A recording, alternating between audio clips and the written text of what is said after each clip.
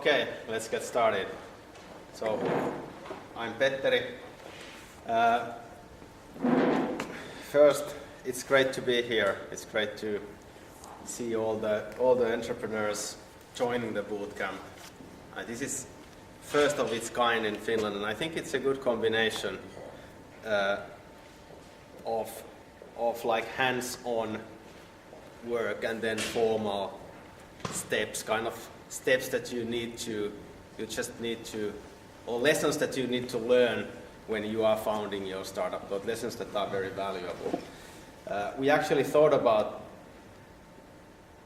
of founding an accelerator like this, like Y Combinator, for example, in the US, but we thought that the model is not good. Model doesn't work in Finland for private parties, but this is not purely private. This is like a semi-private or public-private party, the Aalto Entrepreneurship Society. So I think this is the perfect setup for Finland. So my talk today,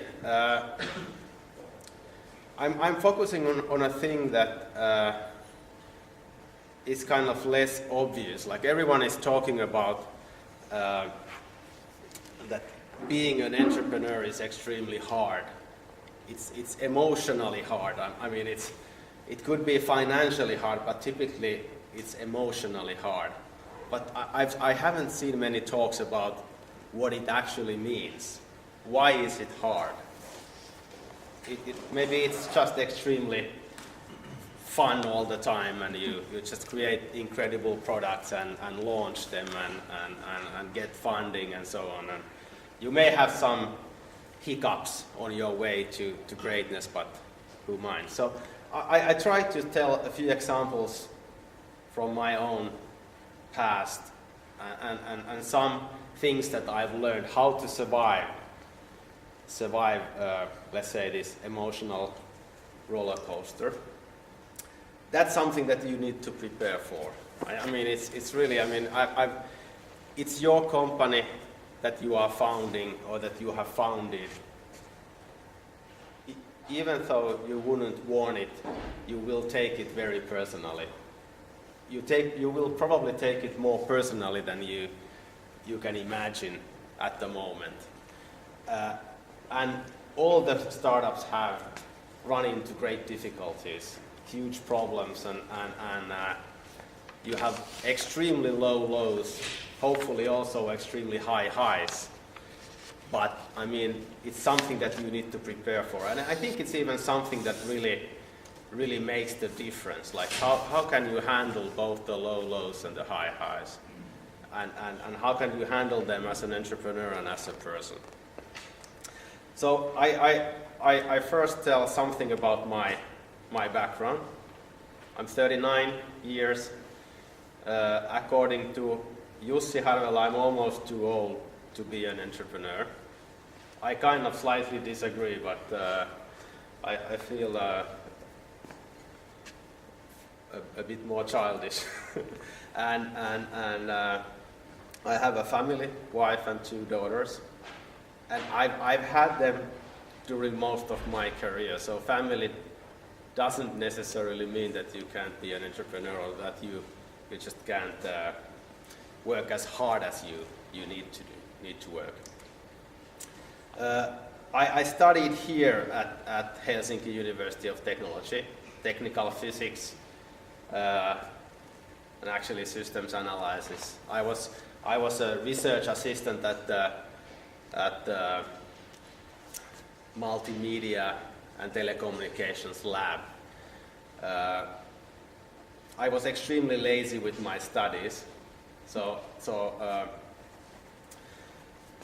when I found this lab, I got extremely excited. This is finally something that I really want to do, and it was the second year when this lab was on. So everything was really new. There were 2 really good professors. Really, I would say commercially, I don't know if they were good professors, but they were extremely good for the lab and for the university.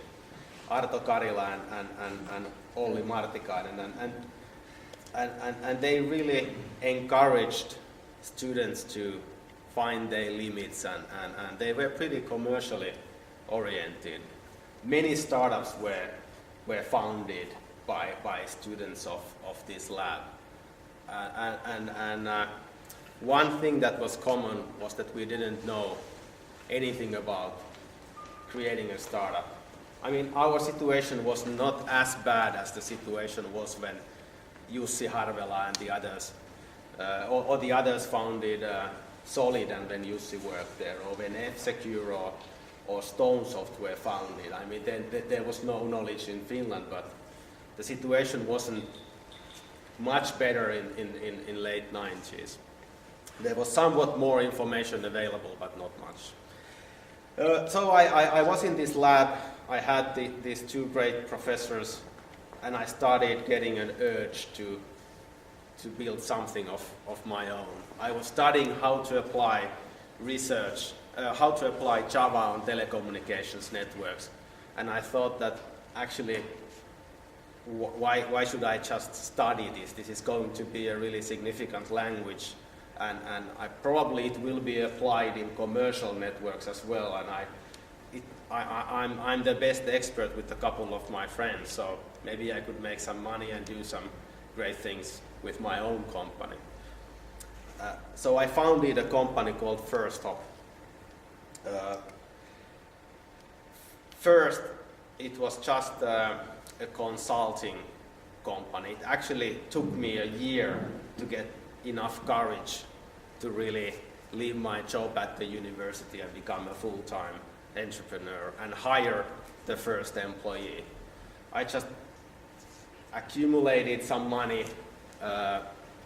by doing different kind of consulting, training, and that kind of things. And finally, I think I had something like 100,000 markkas in the company bank account when I had enough courage to hire really the first employee and leave the university. This is exactly what I don't recommend anybody to do. I mean, if you, and all of you are going almost directly to building a product or building a service. And I think it's good. I mean, nowadays you can get funding if you have a good idea. You can really focus on the end game. It took me many years it took the big team many years to make First Hop an international product company. That was the initial target. But because of our inexperience and various other reasons, we just moved towards the target in phases. But this company was my startup university or startup MBA. I was the CEO in the beginning. I raised money from Finland first, from Sauna Ventures, and then in 2001, actually right after the crash, we raised money from Draper Fisher Jervis and ePlanet, the same fund that later invested in Skype and Baidu, for example. That was one of the most successful funds ever. And the size of the round was 8.5 million euros, so it's still very significant. We didn't even have a business plan. We had just an extremely bad slide set. At least now I think it was very bad. We had some ideas of creating a business around, I think, like authorization or certificates or something like that, mobile certificates. Like it's still not a significant market even today, and that was 2001. But anyway, we had a great team. We had some traction, and then when we got the money, we started, let's say, fine-tuning our business. So I was CEO, I raised money. I hired a professional CEO when we raised the first round. And then I became CTO. And when I got bored of being a CTO, I was heading services. I think I was VP of professional services. And back then we already had maybe 40 operator customers, so being in charge of services was pretty tough. And I mean, I had some very, very rough moments there. So, and this was a very, I was at first from summer of 97 to I think late 2005, and then I decided that this is it. I'm kind of, the company is probably better without me already. I'm just like a relic here. The team is really good. There's a professional management team and so on. I wanted to do something new. I didn't get excited about anything anymore. So I wanted to do something new, and that was one of the best decisions I've made. So I left First Top then. The company was later acquired, I think in early 2008, Airwide acquired First Top. Airwide was the former SEMA, an American company, much bigger, and now the acquisition was pretty successful.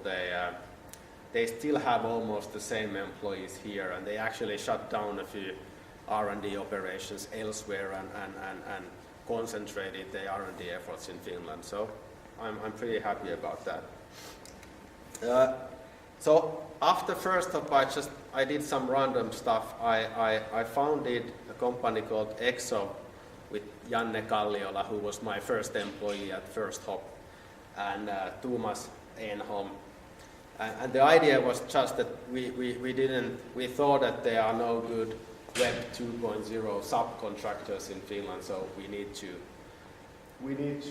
found one ourselves. And I worked there for a while. Then I thought that as a CEO, then I thought that okay, Janne can actually be the CEO, and he has more than enough experience for that. And I'm not really excited about subcontracting anymore, having done it already at First Top for many years. So I left the company and just became an advisor. And Exo is doing extremely well now. They have about 20 employees, very profitable. Unfortunately, I sold my shares later to Janne, so can't enjoy it at the moment.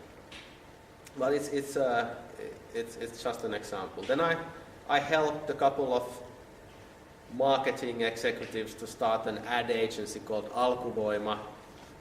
It's an engagement marketing boutique, 10 employees, also doing well nowadays in its own niche. And then I met with Pekka Ala-Pietilä, who used to be the president of Nokia, and he had this exciting vision together with Antti Erling about the fully ad-funded mobile operator. So I mean that immediately sounded like a good idea, so I became an advisor, and then later when they started recruiting, I was the second employee. And initially for quite a few months we had only 3 employees, and my current partner at Lifeline, Timo Ahopelto, was the 3rd employee. So we had Timo, me, and Kai Freeman, and then Pekka was our boss. And that was really exciting. I was heading technology and operations. We negotiated with operators. We built the whole, kind of bootstrapped the whole infrastructure. We made a deal with Nokia about the networks and so on and so on. However, I kind of, again, thought that although I'm the second employee and I have some options or even some significant options and so on, this is not my company. And once I can tell you one thing, once you have your own company, it's extremely hard to work for somebody else, and you will see it. It's some people manage to do it, to come back to, let's say, corporate world or somewhere else, but for most it's extremely hard, even though the company would fail. And you know, most of or half of the companies will fail, but it's still very hard. You rather found a new company. So I met with Jyri Engelström, and already simultaneously with Blik I was working at an idea called Jaiku with Jyri, and that Pekka Ala-Pietilä was okay with that. But the initial idea was quite different compared with what Jaiku actually became. And that's also extremely common. Like usually the first idea is never the last one, I'd say. So we were building a niche travel guide. Like you could have travel guides for, let's say, I think by the way that it's still a semi-valid idea, or maybe even a fully valid idea. Travel guide, let's say entrepreneurs, Helsinki for example, I could build that kind of a travel guide, and then other entrepreneurs who would be visiting Helsinki could find that travel guide and browse it for free on the web, and then we had a model where we would package it and charge for the mobile downloads. Well, there were various problems with that idea, and we weren't that excited, so we were just running that project on the side. Yuri was working for Nokia, and I was working at Blick, so it was a side project. But then, during the spring of 2006, we kind of figured out that presence is actually, there's a big, there's something that we could do with presence information. And our initial assumption was relatively simple. We just thought that people are doing things all over the internet and in the physical world, but this information is scattered. Like you don't actually know, it's not in the one place. So maybe if we just aggregate all this information, then we can show a holistic view on what the person is up to. And this would include, for example, your instant messaging status, your physical location from your mobile phone, the things that you are doing online, if you are uploading photos or let's say, we were even thinking about virtual worlds, like if you are in Second Life, then we could aggregate that information and so on. So that was the idea. We got pretty excited. Yuri actually left Nokia after 3 weeks of working there, and I agreed with Blick that I will leave gradually once we found a new person to run technology there. And it took quite a few months, so I was actually able to fully leave only in the end of 2006.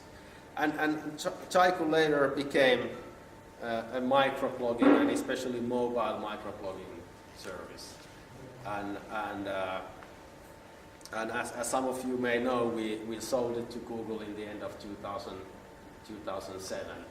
And I'm not going into reasons why we sell or these kind of things, but in the Q&A session, I'm happy to answer any questions that you may have. And that was a really short project. Like because I was able to fully leave Google in the end of 2006, and on the October 2007, the acquisition was completed, and it took a few months to negotiate the deal, and it was relatively complex. So all in all, I worked for Jaiku about 2 years, and kind of about 1 year full time. So after Jaiku, I worked 2 years at Google.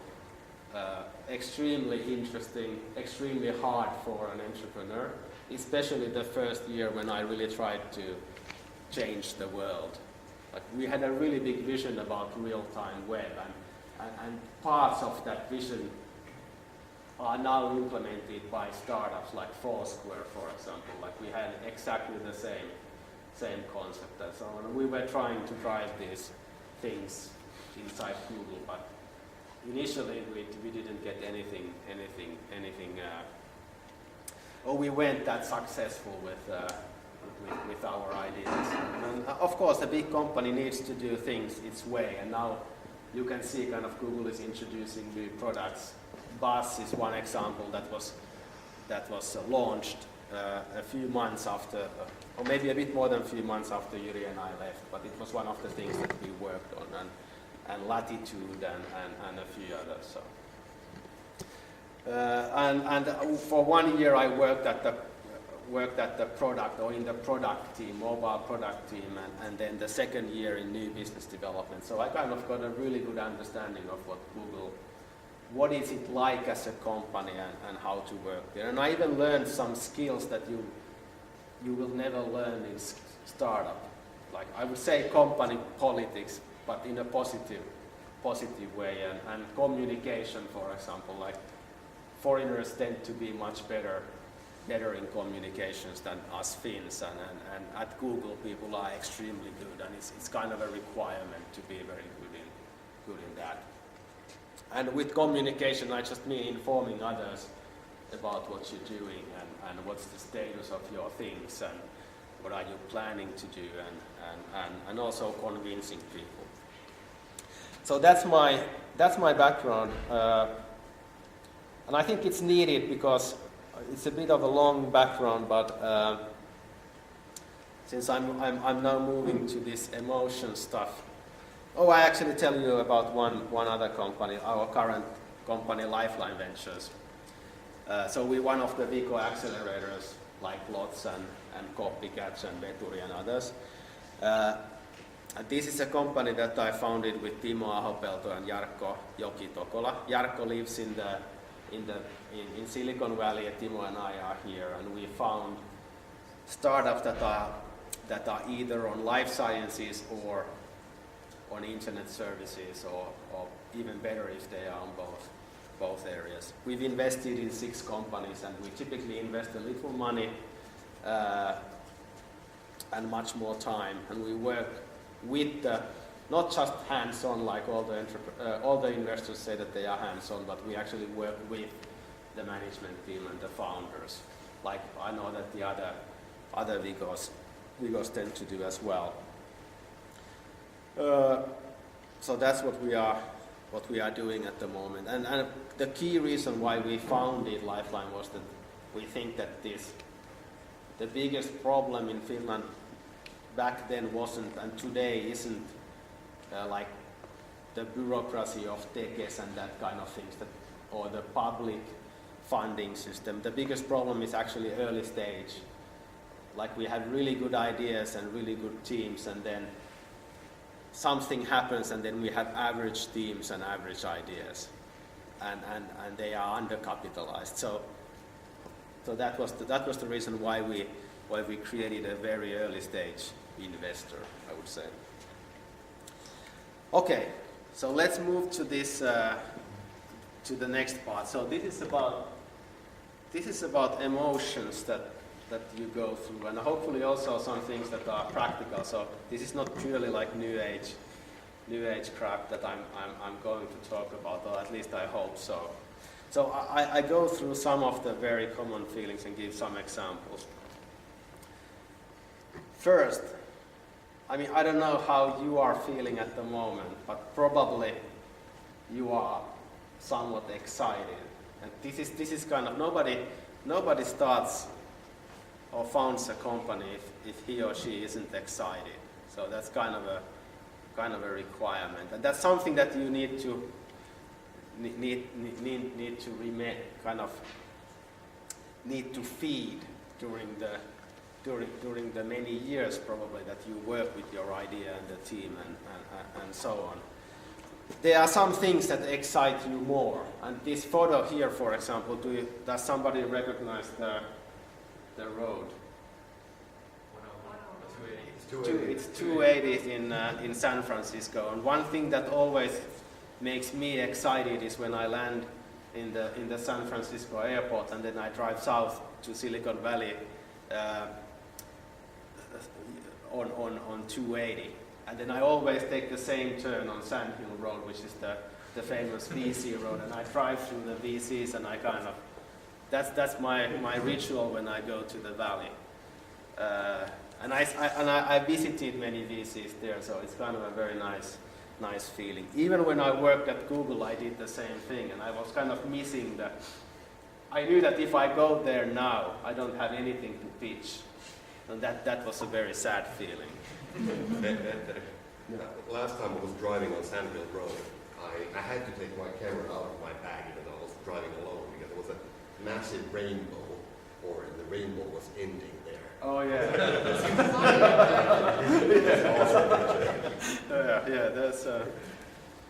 There's a lot of gold in that area. You have to use this is one of the most important emotions that you have, because you really have to use that emotion to convince others. And you have to do it many times. This is a photo of Draper Fisher Jervison, which is one of the, I would say, it's one of the tier 1 in VCs, but it's also one of the most emotional VCs. Like Tim Draper, who is the managing partner there, is really, he's very famous for just investing in based on his feeling. Like he meets somebody and he invests, and then later they may do some due diligence, but it's already too late. And he has done some really good investments just based on that. But you have to be excited, you have to be very passionate. You have to have a lot of passion to convince others. And you need to pitch, like Willi said, that you need to pitch every day. But even during the 2 years at Jaiku, I probably pitched something like 1,000 times, and you could pitch even more. And you pitch to very different people. That's also one thing. You no longer, if you creating an international company, you are not pitching to this kind of heterogeneous group of people. They are from different cultures, they have different values, different ideas, and so on. There's something that you need, but you need to pitch. You need to create a pitch, and you need to be able to read the people so that you can create a story that really is really perfect for that person. Like if the person is a Sand Hill Road VC, the pitch is probably very different than if you are recruiting a top engineer in Finland. Like the engineer probably would get really alarmed if you would use the words amazing and so on. But if you don't use those words on Sand Hill Road, then probably they will just kick you out of the room. So that's one of the lessons. Another thing is that when you pitch thousands of times, you get hundreds of rejections. It's almost like you pitch thousands of times, you get thousands of rejections, because you usually get rejected. And that's just like, because a startup by definition, you're trying to do something new. You are the challenger. And if your thing would be obvious, somebody else would have already done it. So you are against all odds. So you will get rejected. Like some of you will get rejections today when you propose something, and you will get rejected all over again. So that's something that you need to prepare for. It just shows that you are aiming high enough. But it's also slightly controversial, because at some point you need to learn from rejections. It's some kind of a extremely hard to see balance between being rejected just because your idea is too good, or being rejected because your idea just sucks. So at some point you need to react. If you can't find a pitch that works, then you need to change. And this is one of all the good entrepreneurs. They have some kind of sense that they sense when the thing really doesn't work, and then they change it. And they may completely change the concept of their business. But you just have to be, on the other hand, you have to defend your ideas. And especially when you meet VCs or angel investors, you have to defend your ideas, and you are being tested by them. Like, can this person defend the idea? But then, at some point, you need to react, and you need to learn, and you need to improve the pitch. Like when I was pitching in the Valley or in London, I usually changed my slides a bit between the meetings, so that when I went to the next VC, I think I had a better story. And then I got some feedback, and I had probably even better story with the third VC and so on. So that's very important.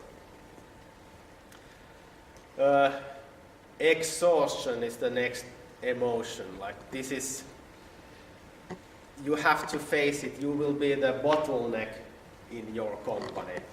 Even though the company will grow, you may have 1,000 employees and you are still the bottleneck. Whatever you do, you are the bottleneck. And the reason is that in a tech startup, founders have a really special role. Like if you are doing a big deal and the customer wants to meet the founders, if you are raising money, then the investors want to know the founders. They want to spend time with the founders. And the employees always come to the founders, who usually are the biggest owners, and so on. So it's kind of a, you can do so much more than the other employees because of your role and the fact that you know most. Probably you are the best experts in products and so on, and you know the history, and you have defined the values of the company. So there are just some things that you can't delegate. And the end result is that you have to work extremely hard, and you will get exhausted because of the hard work and just the amount of work, but also because of the emotional pressure.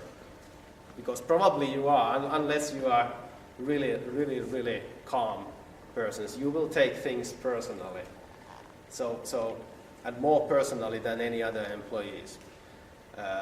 So this is a very tough combination. It's one of the reasons, like when Jussi Harvela talk about his history and Muafak, he talked about Muafak, his partner, and like startups break relationships. There are a lot of divorces and other things happening, and that's just the downside, and you need to be aware of that. It's also like, let's say you are married, for example, or you have a partner. It's very hard for an entrepreneur to understand that not everyone else is as excited. Like if you are pitching at home, like I've done many times. My wife is already like immune for this, so she doesn't hear, and my daughters are just saying that you don't understand anything about business because I always lose in Monopoly. So I mean that's okay, but I mean it's very hard to relate to people. You are so deep in the world of startups that it's you have to remember that your friends and relatives and others are not there probably.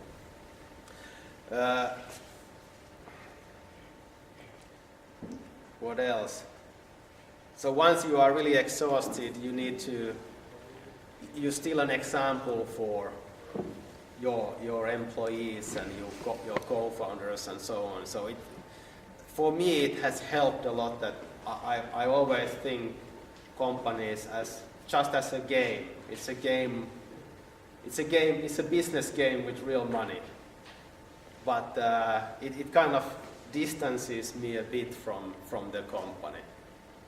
So for example, when we sold Jaiku to Google and Jaiku wasn't developed further, although it was the plan from the beginning with Google, many people asked like whether I was disappointed, and I wasn't disappointed because that was just the game of creating a startup and selling the startup and starting a new thing in a new company. So that may help a little. But you have to find your balance. Like otherwise, in my first company or with my first company, I thought that one more year, I'll do this for one more year and then I start relaxing, and maybe I do this until the financing round or until we get the CEO, or always until something. And this is very common. Like you postpone postpone your life until a deadline, and then when that deadline is reached, you have another deadline, and that's hard for you, and it's very hard for the people who are close to you. So you need to. I noticed that when I lived in the US and UK, I started exercising a bit more, which is really a trivial thing, and I may not look like that, but I'm exercising quite a lot. And I realized that this is actually very important, that although I spend 1 hour a day or whatever doing something like this, it gives me my balance. And different people have different things that they need to do, but don't forget that you have a life as well. And I'm not one of those guys who says that you can actually arrange things so nicely that you only need to work in like you have just normal work weeks and so on, because that's not, in almost all the cases, it's not true. Whether you are successful or not that successful, you need to work extremely hard, and the balance is even more important. So the next feeling is doubt. You always, like, in a startup, you have so many options, and you get all kinds of distractions. And it's also the same. It applies to both situations. If you are doing well, or if you are struggling, or if the company is struggling, there's just so many options, and you have really limited resources to analyze the effects of those options. And this is one of the biggest problems in startups, that you kind of the analysis paralysis. You just try to analyze and you don't do anything. You spend a week analyzing, and then you make a decision, but then you get some more data, and then you revert the decision, and you continue analyzing and so on. That's extremely common, and that's something that you should get rid of. I mean, as soon as possible. You need to make decisions and implement those decisions. And everyone knows the fact that you need to fail fast, so that's not news here. But in order to fail, you first need to make the decision, and then fail. So that's one of the things that I can't emphasize too much. Like, make a decision and then don't immediately kind of abandon that path. And again, it's this kind of balance and kind of sensitivity that you need to have. Okay, no, I made a wrong decision, so let's just, at that moment you need to be very opportunistic. Okay, that was the wrong decision. I made it only yesterday, but these are just the facts, that it was the wrong decision, I believe so. So let's just go back. And that's usually it's not like that. You just continue with the wrong decision, and then just things get impossible, and then you revert back to something because you are forced to do that. So make decisions, and if you made a wrong one, just revert it. Okay. Usually, if you are in doubt, take the simplest possible decision, because complexity is kind of killing most of the startups, and sometimes you can see it even in the beginning when you hear about the startup, that the story is just too complex, or the startup is aiming to do something that big companies haven't been able to do because of all the complexity. Usually that kind of stories are kind of, you really need to beware that kind of situation. So do something that's very simple, that works, and then usually if it's simpler, it can also be measured, so you know if you fail. If you do something very complex or something that takes a long time, it takes a long time to fail, and you may not even know that whether you have failed or not. That's the worst situation. Uh, then pride, which is a really tough thing for a startup. This is actually one of the worst emotions. It's something that, like, when you are starting to succeed, and I don't mean really like a huge success here, but it's extremely easy to be successful in Finland, for example. Like you get, let's say you have a Web 2.0 startup. If you invest a little in PR here, you look like a very successful entrepreneur. And if that's your goal, then it's relatively easy to reach goal. But of course it doesn't, it doesn't make your company successful and so on. But once you get successful, you start feeling that you are doing all the right things, and that your vision is very strong, and then when you start getting rejections, you ignore the warning signs. This is like I'm not an insider, but this is like what the Nokia and iPhone problem, like ignoring something because you have done things so successfully for many years, and then it's very hard to see a really dangerous enemy that is kind of attacking you.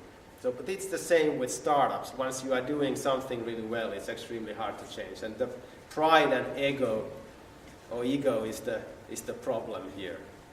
And I had Yuri's photo here, but it's not that. I think he's this is his problem, but it's just a good photo. Luckily, getting too proud at the startup is very hard. So this is me before I was pitching to a Nordic investor, and I had eye infection. I'm in some toilet trying to wash the eye before the pitching session, and it actually didn't help at all. So I was just one of the most awful sessions, and even the pitch was really bad. So there are so many opportunities to be humble. So again, you need to find the balance. Then another very negative emotion, which is greed. This guy is not. This is the basketball player, but since I found this, so and I actually live in Espoo as well, so it's pretty good.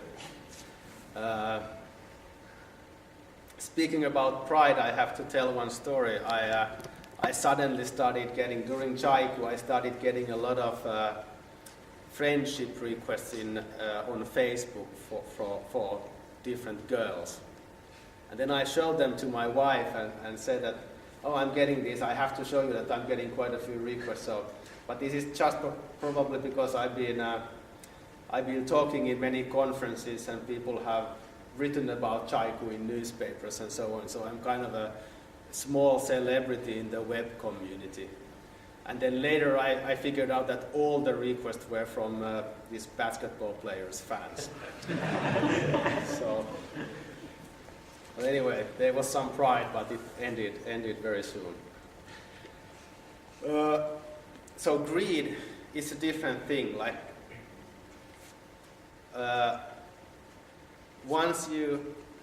even when you found the company, you're probably thinking about an exit, and that this is you're going to make it. Everyone thinks that you are making it big, and you have to present big numbers to investors, and you actually have to believe in the fact that you can create value, and you can create a valuable company and probably even a sustainable business. But it's extremely hard to just focus on that. You start thinking also that, hey, like when we closed the Draper Fisher Jefferson round, that was 8.5 million, and they got, I think, 35% of the company, and I owned 40% of the company. So on paper, I was extremely rich on that day. And it's the same with, like, during late 90s, there were so many paper millionaires in Finland that it was almost scary, and things were really wild. But if you really, this is really problematic, because if you found the company in order to become rich, and that's your primary driver, like at least according to my experience, it's not likely to happen, because you make decisions that are focused on or kind of optimal, or you think that these decisions are optimal for this goal of like exiting the business eventually, but they are almost always suboptimal for the company, and once my theory is that on the day that you decide to sell your company, like a clock starts ticking, and if it takes too long before the actual acquisition, then your company just goes bankrupt or becomes worthless, or you end up in trouble. And I saw it on Jaiku, and I've experienced it a couple of times earlier. Like once we decided to sell, then kind of that's the only alternative you have left. I don't know if you felt the same with hybrid.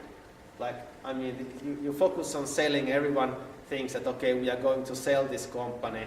It's no longer kind of your company in a sense. It's something that you are just,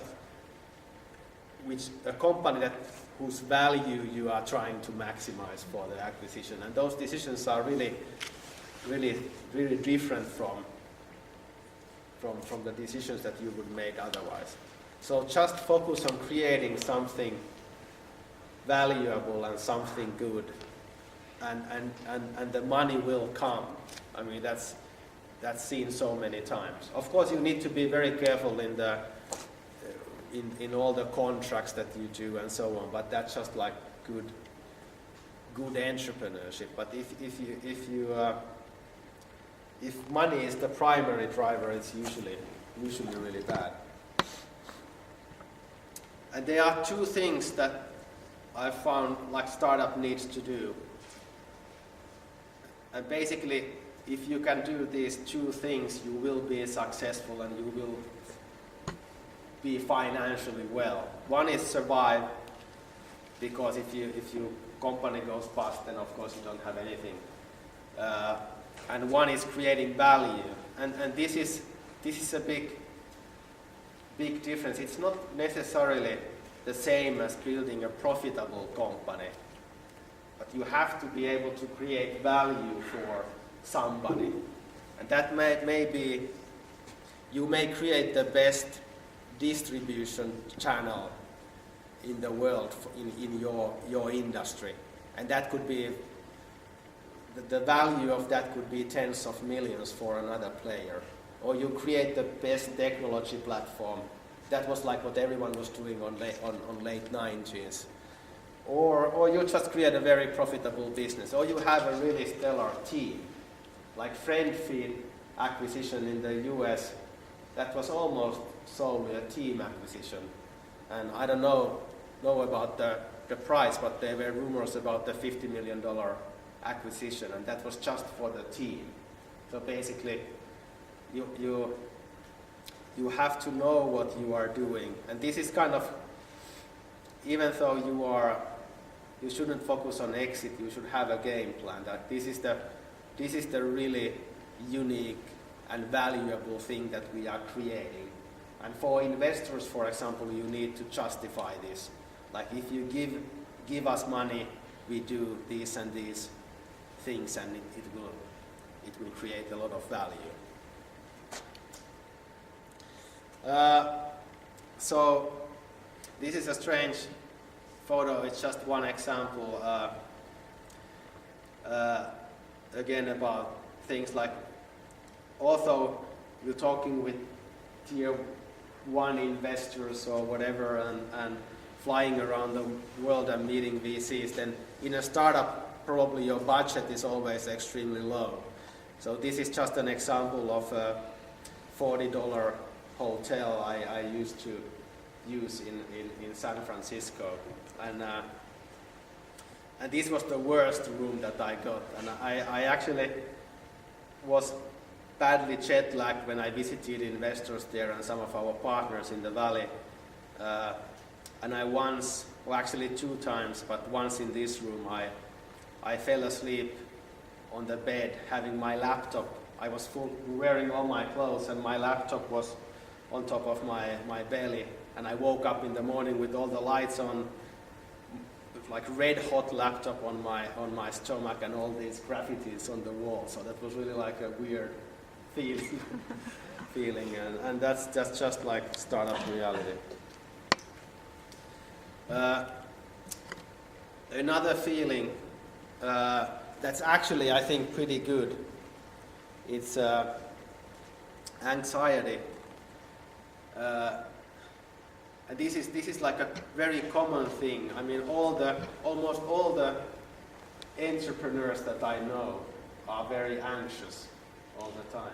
They want to do something and they may not be able to. They want to get new things started and sometimes they may not finish them. A good entrepreneurs probably finish most of the things that they get started, but it's very common. And that's also like considering your companies, most of them are in areas that are really where execution is a competitive advantage. You really need to be able to execute well to compete with others, and you need to get things launched really fast and so on. So if you are anxious, just use that anxiety in a positive way. Get things done and use it to energize yourself.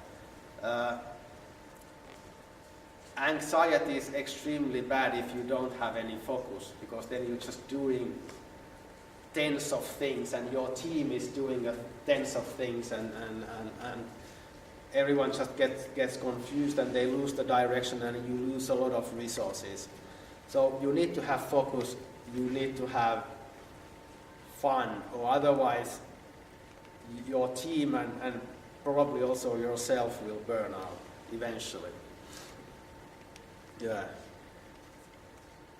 This is one thing related to that. I said that you should have fun. So you can arrange things as you like. It's your company. And you are recruiting all the employees.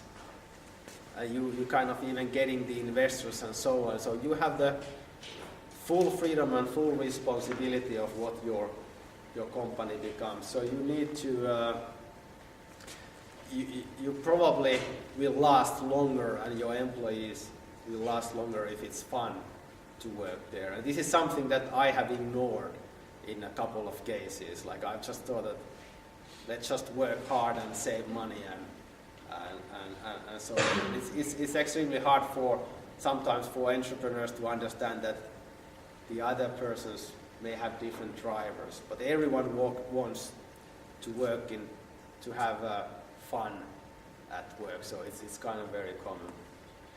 Everyone shares that feeling. Then fear, and this is something that I have almost forgotten, and now when we work with young entrepreneurs, it's almost like a problem.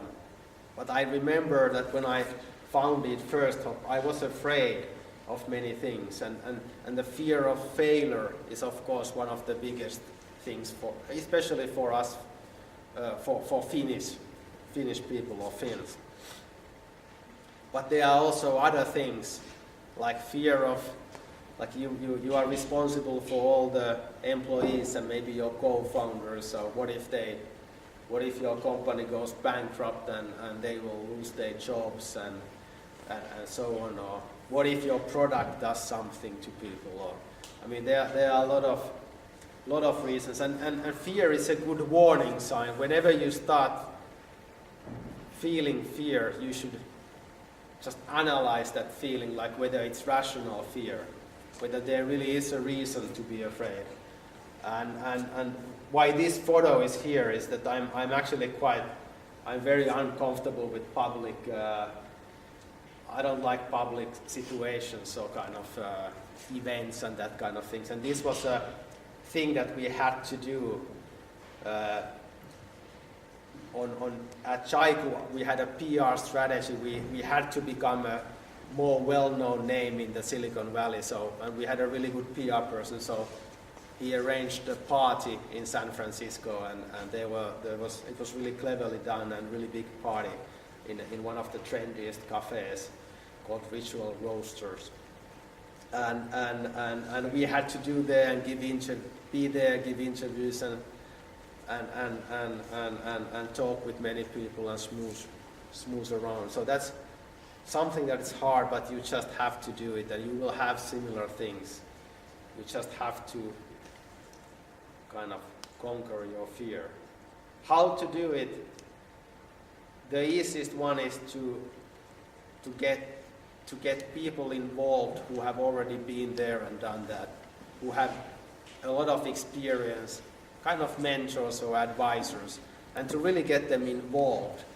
And that's usually like Jaiku had extremely good advisors, and we even kind of invested quite a lot of options to get the right advisors. We had Joey Ito, who is in this photo, who was the chairman of Creative Commons and has been an angel investor in like many of the successful Web 2.0 startups like Six Apart or Second Life and Last.fm and many others.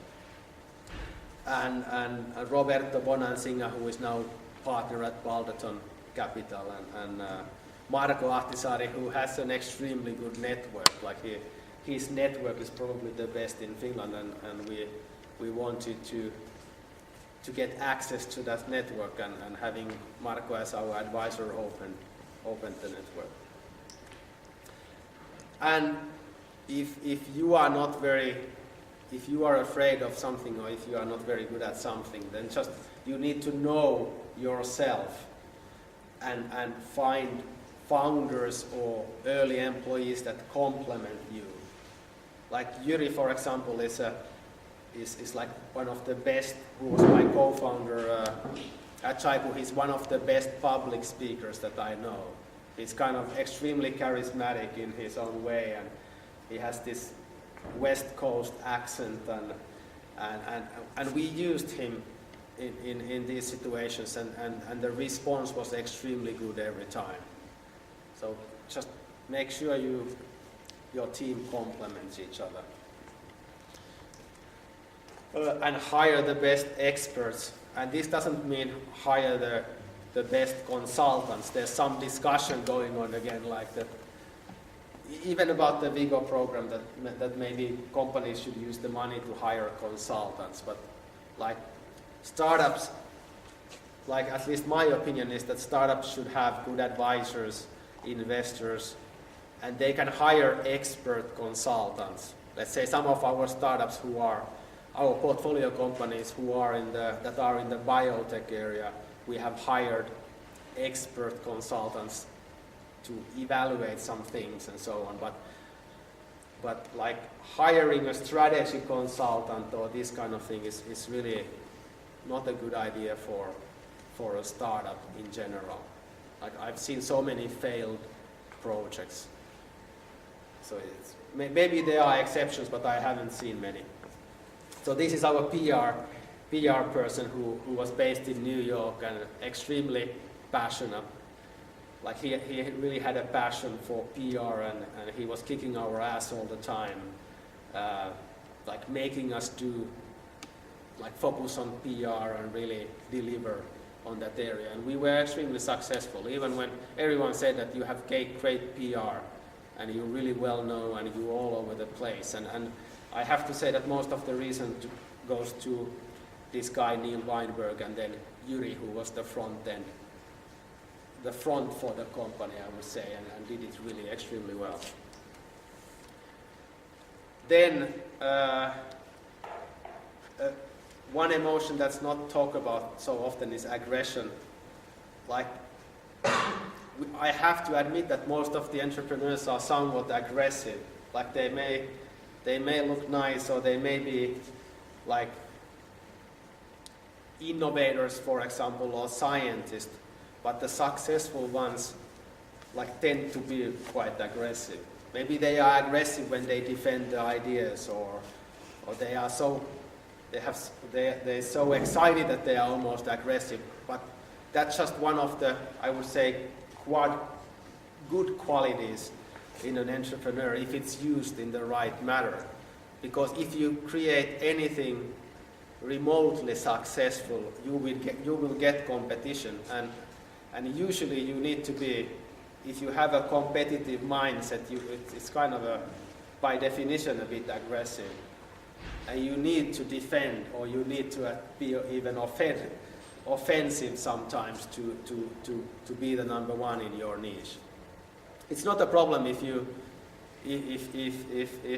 are not number one, but things get extremely competitive when you are succeeding in something, and whether it's companies or people, then just prepare for that. Even employees can get pretty tough in certain situations. Let's say if you sell your company, there's a lot of money at stake there, and everyone wants a piece of that money. So even positive situations have some kind of controlled aggression. Is not a bad thing, and you just have to remember that being aggressive doesn't mean being evil or mean. It just means that you are competitive, you want to win. You can be a nice person and still show competitive spirit. And this is some people like Larry Ellison and maybe Steve Jobs and others. They are kind of overly competitive or overly aggressive from Finnish point of view. But in the US that seems to work pretty well. You have to channel it, and you have to be rational, and that's actually a good combination. If you have competitive mindset, but you always analyze your things, you don't take anything personally. It's just the game. What's the best move in the game? And that move can be really aggressive. You just want to win, and you find how to do it. Then we're moving towards the last feelings. One is joy. What brings you joy? And for me, it's the deal-making aspects and traveling and meeting people and that kind of really building the business. For you, it may be something else. So just ensure that you can do that. And the last emotion, like freedom or freeness. I already talked about this. You can do whatever you want in your own startup. It's your company. And this is one example. The guy who is visiting our Jaiku office is Alan from Intel Capital. And he was, when we were negotiating Google acquisition, we were also discussing with a lot of VCs, and just as it wasn't even a backup plan, because we were not sure whether we sell or whether we raise money. And so Alan came to see us in Finland, and Yuri came. I was waiting for Alan. That was really important, like the final meeting to close the deal. And he was, if the meeting went well, he was prepared to give us term sheet, which is like the first step towards the investment. So Yuri came to the meeting with a baby, I don't know how old his son is, like maybe 4 months in that photo, which was quite a surprise for me. And then he even had to feed the baby during when I was trying to pitch to the investor. But it's his company, and it actually went really well. It gave, it even made it.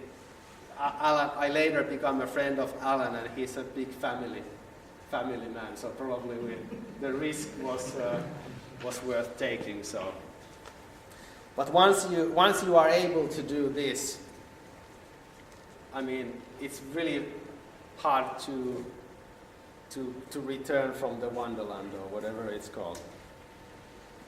This changes, and this is one of the reasons why people shouldn't think lightly about taking third parties like investments, employees, and so on, because after that you will get a lot more accountability and seriousness. This is a sign.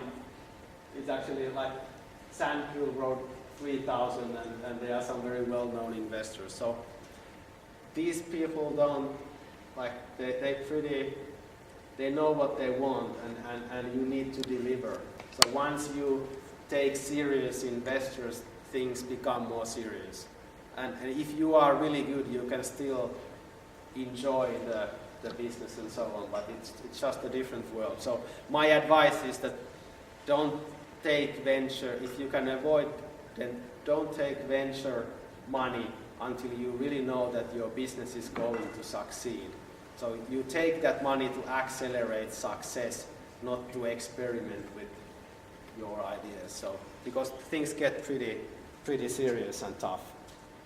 And for example, usually the investors can fire you from your own company.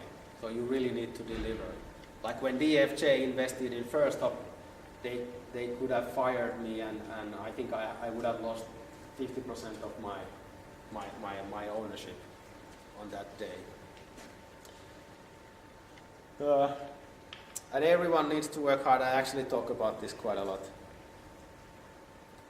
But I repeat this same thing now. You are in the very beginning of your, I don't know if some of you may have been doing this for a bit longer, but most of you are in the very beginning of your entrepreneurship career. So make it enjoyable. You can do whatever you want. Just work hard, but don't kill yourself. And create a culture in your company.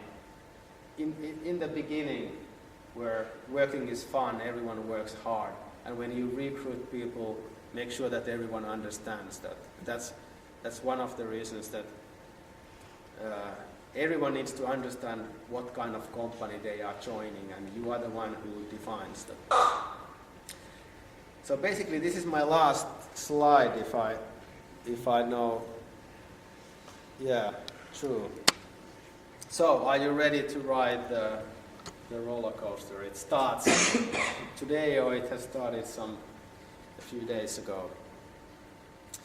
It's going to be a lot of fun, a lot of days that are really ugly and hard. But usually the fun days will come after the ugly ones, so don't worry about that too much. Okay, thanks.